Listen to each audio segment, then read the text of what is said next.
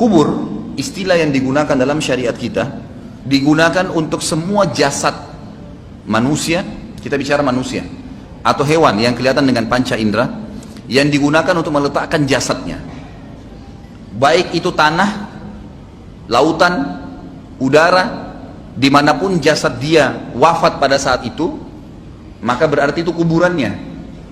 Seperti contoh begini, bagaimana kalau seandainya sekelompok muslimin naik kapal, perjalanannya jauh, anggaplah sebulan perjalanan, 2 minggu perjalanan atau seminggu perjalanan, mereka berada di tengah-tengah lautan, lalu ada satu kru kapal yang mati. Di mana dikuburkan? Di lautan. Caranya bagaimana? Dia dimandiri, dikafani seperti layaknya jenazah, kemudian ditaruh beban batu di badannya, lalu dicemplungin di lautan. Itu kuburannya. Jadi istilah kubur adalah semua tempat yang akan diletakkan jenazah atau jasad seseorang yang mati. Itu juga termasuk hewan ya. Kalau jin itu kita tidak tahu karena memang tidak dibahas dalam syariat, tapi hewan juga sama. Ya, umumnya hewan itu tidak dikuburkan, kalau dia mati maka biasanya dimangsa oleh hewan-hewan yang lain. Tapi kita bicara luar lingkup manusia lah, lebih kerucut lagi. Maka seperti itu. Sama halnya kalau ada orang naik pesawat, ternyata pesawatnya meledak, kan itu. Potongan jasadnya tidak ditemukan. Allahu a'lam di angin di sana bagaimana, Allah SWT lebih tahu. Mungkin juga jatuh berserakan di bumi atau mungkin tidak, mungkin habis. Maka sama saja dianggap kuburannya dia di situ. Tetapi kalau ada orang yang meninggal normal di dalam syariat kita, dikuburkan di tanah, dikuburkan di tanah. Yang saya ingin ditiberatkan, pemahaman tentang kata-kata kubur bukan hanya sekedar tanah yang digali kemudian dimasukkan jenazah, gitu kan? Tapi dimanapun orang itu akan ditaruh jasadnya. Kalau tadi dia meledak di atas kapal atau dia ditenggelamkan di lautan, kalau dia meninggal di darat itu tentu tidak boleh kecuali harus dikuburkan. Dimasukkan, maksudnya dijadikan kuburannya dalam tanah, dan tentu ada hukum syar'i sendiri ya.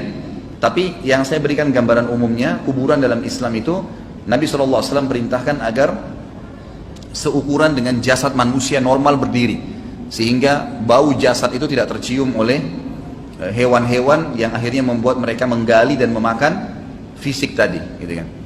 Juga satu hal yang berhubungan dengan kuburan ini, jasad manusia utuh misalnya kita anggap normal, dia utuh dikafani. Jasad ini sebenarnya hakikatnya seperti pakaian, seperti pakaian. Jadi kalau seseorang itu melepas pakaiannya, lalu kemudian dia biarkan jatuh di lantai, seperti itulah, tidak bisa bergerak pakaian itu kecuali dia pindahkan sendiri. Jasad kita seperti itu sebenarnya. Kenapa saya datangkan poin ini Bapak Ibu sekalian? Karena banyak orang salah paham. Dia anggap kalau jenazah itu sudah dimasukkan ke dalam kuburan, maka berarti jasad itu akan ada hubungannya sama kuburan tadi. Padahal ini simbolik saja. Ini hanya simbolik. Jadi seperti baju yang pernah kita pakai dimasukkan ke dalam tanah, seperti dimasukkan ke dalam lemari, ya. Kemudian disimpanlah di situ. Nanti dengan hikmah Allah SWT akan dimakan oleh tanah. Tidak ada hubungan sama sekali dengan ruhnya. Tidak ada lagi hubungan dengan ruhnya di kuburan tadi, di tempat diletakkan jasad itu. Karena di dalam istilah agama kita, selain kuburan yang berhubungan dengan kematian, namanya alam barzah. Alam barzah ini adalah tempat yang kita tidak ada yang tahu. Nabi Muhammad SAW dan para sahabat pun tidak ada yang menukil, tidak ditukil kepada kita di mana itu alam barzah. Kalau bagaimana ada keterangannya, di mana kita tidak tahu. Jadi ruh itu pada saat dia proses dikeluarkan dari jasad manusia, seperti dilepas dari baju, bajunya sudah tergeletak, bajunya oleh Allah disuruh cuci bersih, ditaruh di tempat yang Allah suruh perintahkan. Itulah kuburan, gitu kan? Ruhnya ini dibawa oleh Allah SWT ya, ke alam barzah. Baik dia meninggal di udara terbakar, tidak ditemukan lagi jasadnya, tinggal ruhnya, atau dia meninggal di lautan, dimakan oleh ikan jasadnya, atau dia meninggal normal, meninggal di atas ranjangnya, sama saja. Ya, jadi ruhnya akan dibawa ke alam barzah, dan alam barzah ini Allahu alam di mana tempatnya, tapi dia ada. Barzah itu disiapkan khusus untuk alam ruh, baik dia disiksa karena dosa-dosa yang dia lakukan selama hidup di dunia, ataupun dia akan diberikan nikmat karena amal-amal soleh yang dia kerjakan. Dalam Islam kita punya keyakinan bahwasanya kuburan tadi tempat diletakkan jasad dan ya, alam barzah itu dua-duanya itu punya kehidupan.